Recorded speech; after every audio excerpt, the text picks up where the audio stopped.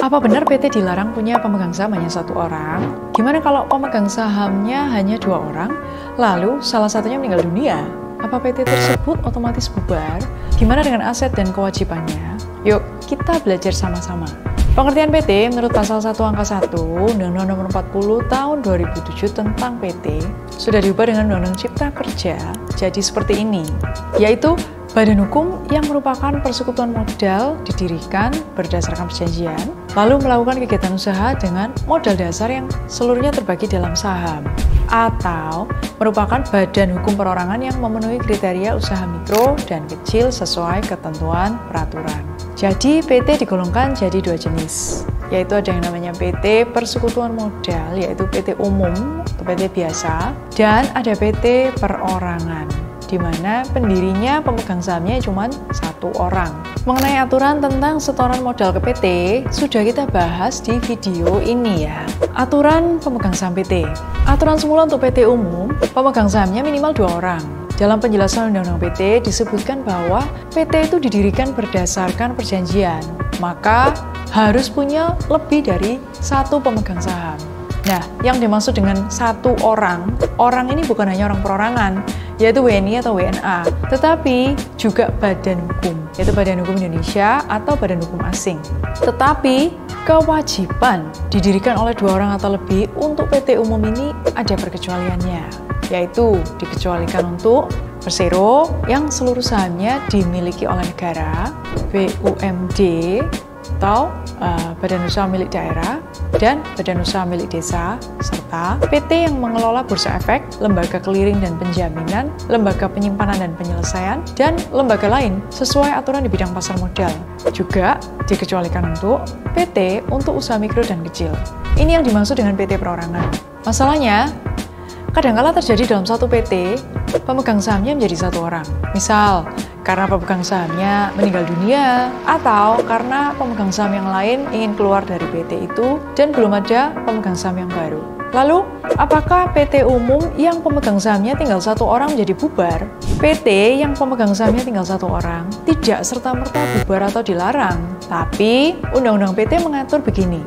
Dalam waktu paling lama 6 bulan sejak pemegang saham PT jadi 1 orang, wajib mengalihkan sebagian sahamnya kepada orang lain, atau PT mengeluarkan saham baru kepada orang lain. Gimana kalau lewat 6 bulan, pemegang saham PT tetap 1 orang? Apakah ada sanksinya? Konsekuensinya antara lain pemegang saham bertanggung jawab secara pribadi atas segala perikatan atau kerugian PT. Juga atas permohonan pihak yang berkepentingan, pengadilan negeri dapat membubarkan PT tersebut. Siapa yang dimaksud pihak yang berkepentingan ini? Antara lain kejaksaan untuk kepentingan umum, pemegang saham, direksi, dewan komisaris, karyawan perseroan, kreditor, dan atau stakeholder lainnya. Untuk PT yang khusus berisi 1 orang saja diperbolehkan, asalkan memenuhi kriteria usaha mikro dan kecil. Kriteria usaha mikro dan kecil seperti di bawah ini ya. Usaha mikro harus merupakan usaha milik perorangan atau badan usaha perorangan. Modal usahanya maksimal 1M, tidak termasuk tanah bangunan. Omset tahunannya maksimal 2M. Sedangkan usaha kecil bisa berupa usaha milik perorangan, bukan anak perusahaan, bukan juga cabang perusahaan dari usaha menengah atau usaha besar. Modal usahanya di atas 1M sampai dengan maksimal 5M, tidak termasuk tanah bangunan. Omset tahunannya di atas 2M sampai dengan maksimal 15M. Jadi untuk PT umum yang pemegang sahamnya hanya 1 orang, bukan otomatis bubar, tapi dalam waktu 6 bulan wajib mengalihkan sebagian sahamnya ke pihak lain, atau PT-nya mengeluarkan saham baru untuk dimiliki oleh orang lain pemegang saham baru. Prinsipnya, dalam waktu 6 bulan dalam PT itu sudah harus ada minimal 2 orang pemegang saham. Ingat ya, orang di sini bukan hanya perorangan, tapi juga badan hukum.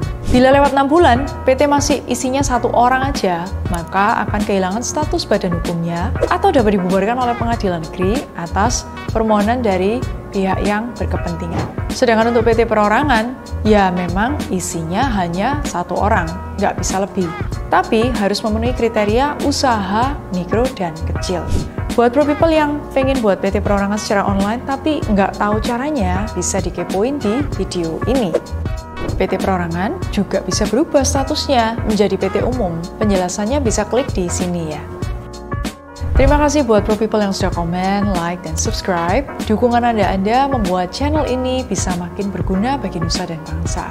Please subscribe, like, comment, atau share video ini bila berfaedah buat pro people ya. Never stop learning, be a pro.